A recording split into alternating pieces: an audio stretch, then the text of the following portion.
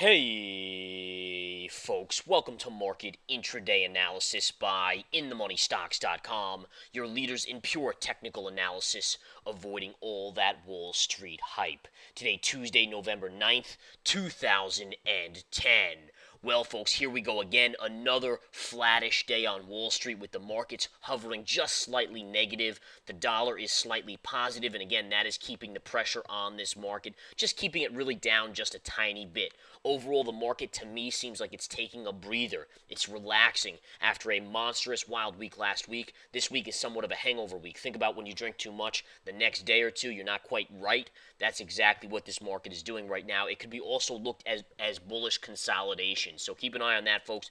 Again, the dollar has inched up off the lows of the day. That has pushed the market down a little bit. But again, the volume is just so light. We have done 77 million spiders volume today. That is ridiculously light. The volume has just disintegrated out of this market. Why? Because there's no catalyst. You don't have QE3 yet. You don't have earnings right now. You really have no key catalyst, even economic news. There was no economic news yesterday. Today there was wholesale inventories, which came in decently. But again, it's really non-event when you're used to a jobs report, ADP unemployment report, when you're used to jobless claims and housing and this and that and the other thing. All that is kind of a quieter week so far this week, and it's just keeping things on the flat line. Again, the volume down here so light. Now again, market opened here, sold off right into the major moving averages right here. I gave out a long call in the chat room that turned out to be a genius call as you went long 1, 2, 3, 4, 5 up. Also, you got a one hit of the double top here. Notice this red line. Take a look at this as I zoom out. Go back 2 days or 2 trading days ago to last Friday. Where did you get a perfect double top? In addition, a 1, 2, 3 tail theory, theory signaling a possible pullback. The market does pull back, comes back in. Second time down to the moving averages. As my Research Center subscribers know, you do not play that as a long play. And again, it continues lower, and that was a dead-on call. Don't play the long there. Why? Because again, second hit is higher risk, and sure enough, it does continue down. Comes right down here. We didn't quite get down to this 122 level. Came within about 10 cents, and now the markets are floating up on extremely light volume. Dollar's pulling off the highs just a little bit, and that's exactly why the market's floating up. You have a little bit of a necktie resistance area right here that is forming. That's at approximately $122.45. All right. Now remember, everything I talk about on these intraday videos applies to the daily. Every key analysis point, every proprietary technique we have developed applies to every time frame on anything you're trading.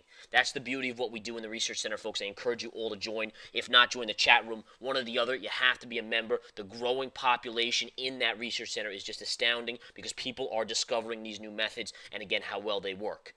So again, just follow it, read the charts, go by what the charts say, and they'll tell you exactly where to position yourself. Right now, you have to be looking at this market as a neutral bias. Why? Because the market, again, is still hovering around the 122 double top. If we go to the daily chart, this double top mirrors this double top in April. And again, as we know, that April high is still just hovering right above it. Good consolidation. Market's extremely extended. Now, you might think, well, it's a great shorting opportunity. I'm going to load the boat on shorts. Not necessarily the smartest idea right now because, again, you have to remember the Federal Reserve is lurking. The Federal Reserve, the FOMC, continuing to want a weak dollar policy basically by manipulating asset prices to go higher. When asset prices go higher, it creates a false wealth effect in the population of the United States. That, in turn, creates them, or at least the thought process is that it would get them spending. When they spend, they obviously stimulate the economy, and it's supposed to create that cycle, turning, that merry-go-round going round and round again.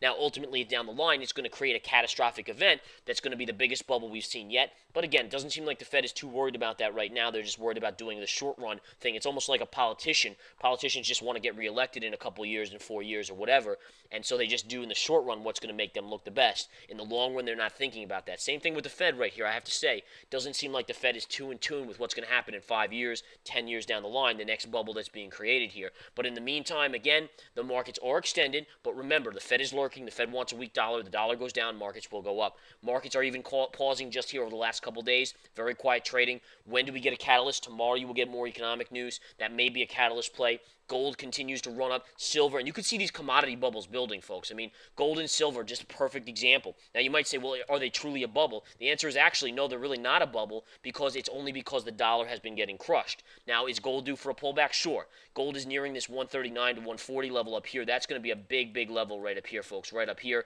But in the meantime, anytime up here, you probably look for a short-term pullback at least down to this 135, 134 area.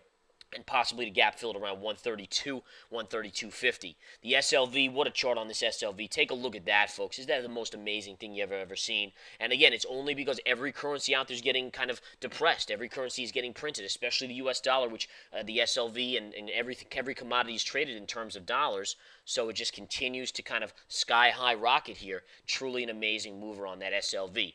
We had some good plays in the Research Center today, folks. STEM, congratulations. I called this out yesterday at 90 cents, added it to the Pro Trader bullish watch list. Today it hit $1.01, basically a 12% gain in one day. There, beautiful little move right there. In addition, there were multiple other plays that we talked about in the chat room. One being PDO. PDO is a great play here, folks, and I gave this out to my members. Again, even mentioned it a few videos ago in the Research Center. But either way, beautiful pop today. Take a look at this, folks. Look at this pop over the last few days. Why? Because all commodities are going, so find those small cap oil plays. Pyramid oil, bam, to the upside. Again, I alerted at 440, and again, it traded as high as 492 today.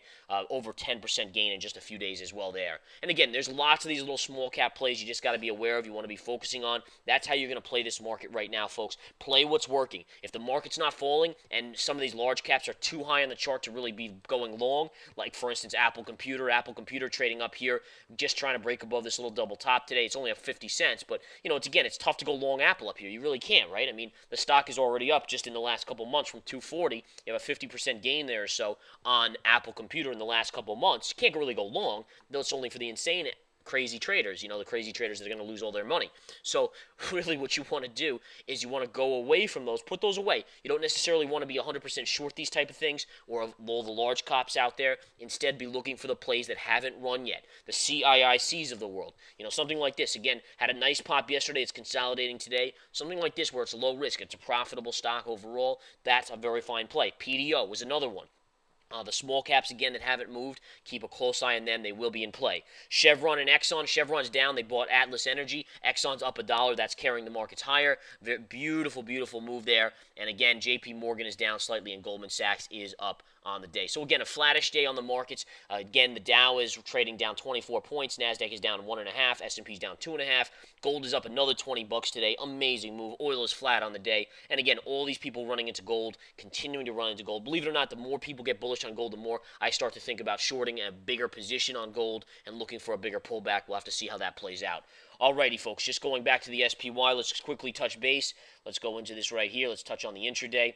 Intraday, interesting, folks. We just talked about the necktie of resistance right here. Look at this pullback since the beginning of the video. You can see the neckties will work. So market moves up right there. There's a necktie across the two moving averages. Look at the pullback right there. Beautiful thing.